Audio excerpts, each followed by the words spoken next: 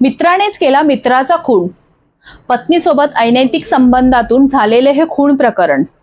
आपण सध्याच काही दिवसांपूर्वी ऐकलं होतं की मेरठमधील मुस्कानची घटना, जिने आपल्या पतीला ड्रम मध्ये त्याचा खून करून 15 तुकडे करून तिने 15 दिवस त्याला ड्रम मध्ये ठेवले होते. ती घटना संपतच नाही की दुसरी घटना आपल्या डोळ्यासमोर आली लगेच पुण्यामधील. तर नमस्कार, मी हर्षू, महाराष्ट्रीयन हर्षू मध्ये तुमचे खूप खूप स्वागत आहे. पुणे जिल्ह्यामधील लोणी काळभोळ येथील वडोल गावामधील ही घटना 29 मार्चच्या रात्री राजेंद्र कारभोळ यांच्यासोबत झालेली ही दुर्मिळ घटना. तर शोभा कारभोळ आणि राजेंद्र कारभोळ यांचा सुखी संसार चालू होता. पण सुखी संसार चालू होता हे कोणाला माहिती होतं? हे तुम्हा आम्हाला माहिती नव्हतं, हे त्यांना माहिती होतं फक्त. शोभा कारभोळ, राजेंद्र कारभोळ आणि पोरक कारभोळ. राजेंद्र आणि पोरक हे दोन चांगले मित्र होते. 10 वर्षात त्या दोघांची ही शेती होती आणि त्यांचा मळा हा आजूबाजूला होता. बाजूबाजूला मळा असल्यामुळे त्यांची शेतीची कामं दोघांची एकत्र चालू असायची. दोघांमध्ये पैशांचा व्यवहारही चांगला होता. दोघांनी मिळून एक कारही घेतली होती, जी दोघांच्या वापरासाठी होती. पण राजेंद्रला काही दिवसांपूर्वी त्या दोघांच्या संबंधांबद्दल शंका यायला लागली, शोभा आणि पोरक कारभोळ याच्याबद्दल. यातून दोघांमध्ये वादही व्हायचे.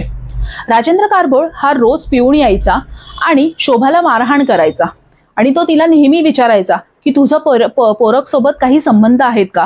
तर शोभा नेहमी ह्याचा नकार द्यायची. तो पोरकलाही विचारायचा की तुझं माझ्या बायकोसोबत काही अफेअर वगैरे काही आहे का?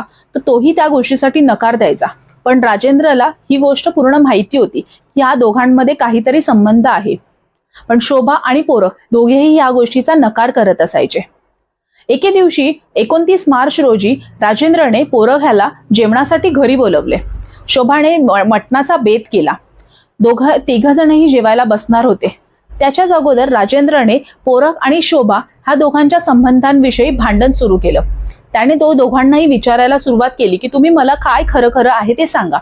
पण दोघांनीही सगळं सांगण्यास नकार केला. जेवण तर राहिलं बाजूला, पण त्यांचं भांडणच होत राहिलं. त्यातून पोरक हा त्याच्या घरी निघून गेला आणि शोभाही तिच्या माहेरी निघून गेली मुलांना घेऊन. एवढंच नव्हे तर पोरकचं घर राजेंद्रच्या घरापासून 100 मीटरच्या अंतरावरती होतं.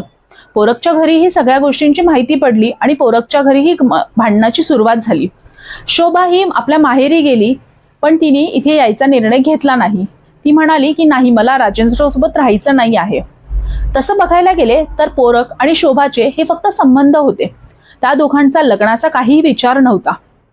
पण नीतीचा काय नियम की राजेंद्रसोबत काय घडणार होतं त्या रात्री? 2 दिवस उलटून गेले. 1 एप्रिल रोजी राजेंद्र पोरक हा त्याच्या घरी आला. पोरकने त्याच्यासाठी जेवणाचा डब्बा घेऊन आला की त्याची बायको माहेरी गेल्या असल्यामुळे, म्हणजे शोभा माहेरी गेली होती, त्यामुळे पोरकने राजेंद्रसाठी जेवणाचा डब्बा घेऊन आला रात्री 9 वाजता. राजेंद्रने जेवण वगैरे केलं. त्याच्यानंतर पोरक हा त्याच्या घरी निघून गेला. राजेंद्र हा अंगणामध्ये बाहेर झोपायचा पलंगावरती. हे पोरकला खूप चांगले माहिती असायचे. शोभाने आणि पोरकने एका कॉलवरती सगळ्या गोष्टींचा निर्णय घेतला की आपल्याला काय करायचे, कसे करायचे आणि कधी करायचे हे.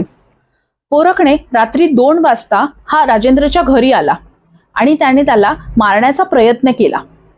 पण शोभा आणि पोरक ह्या दोघांचा त्याला जीवे मारण्याचा काहीही निर्णय नव्हता.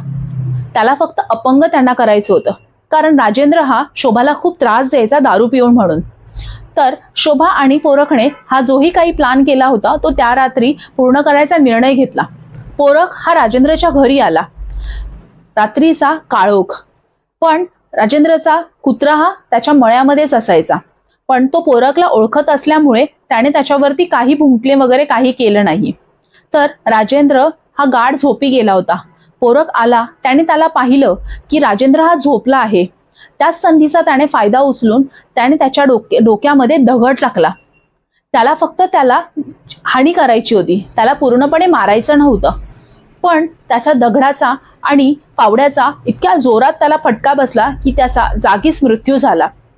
ही सगळी घटना पाहून पोरक हा तिथून निघून पळून गेला. सकाळी 4 वाजता जेव्हा त्यांच्याच घराच्या बाजूच्या आजी जेव्हा झाडू मारण्यासाठी उठल्या, तेव्हा त्यांनी पाहिलं की राजेंद्र हा रक्ताने पूर्ण माखलेला होता. तेव्हा त्यांनी सगळी आरडाओरडा केली आणि राजेंद्रच्या भावाला कळाले. राजेंद्रच्या भावाने तात्काळ हॉस्पिटलमध्ये घेऊन गेला.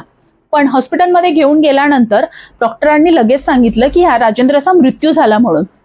मग ह्या गोष्टीचा पोलिसांकडे तक्रार केली.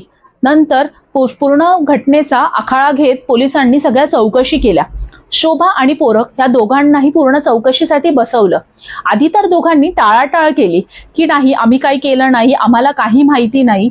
पण नंतर जेव्हा पोलिसांनी सक्ती घेतली त्यानंतर दोघांनी बोलायला सुरुवात केली की आमच्या दोघांचं संबंध होते, आम्हाला लग्न वगैरे काही करायचं नव्हतं, पण आम्हाला आमचे संबंध आयुष्यभर टिकवायचे होते. पण आम्हाला राजेंद्र नेहमी त्रास द्यायचा.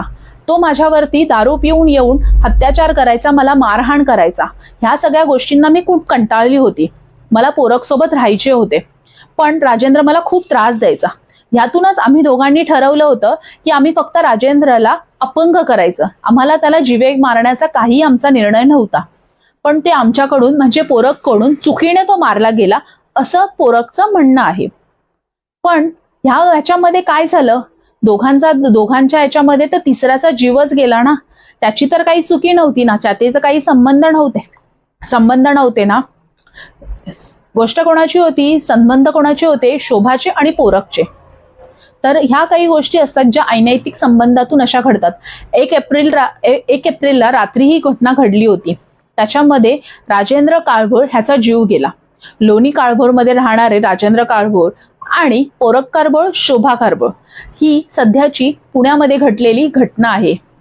तर तुम्हाला काय वाटतं की अनैतिक संबंधातून आपण सध्या ज्याही सगळ्या घटना बघतो आहेत त्या फक्त खून आणि खूनच आहे. तर तुम्हाला या कितपत काय वाटतं, तुम्हाला नक्कीच तुम्ही कमेंटमध्ये सांगा की तुम्ही ह्याच्यावरती काय सांगाल ते. तर चला, तुम्ही हा माझा पूर्ण व्हिडिओ बघितल्याबद्दल धन्यवाद. आणि मला नक्कीच कमेंट बॉक्समध्ये तुम्ही सांगा की ही घटनेवरती तुम्ही काय प्रत्युत्तर द्याल ते. थँक्यू.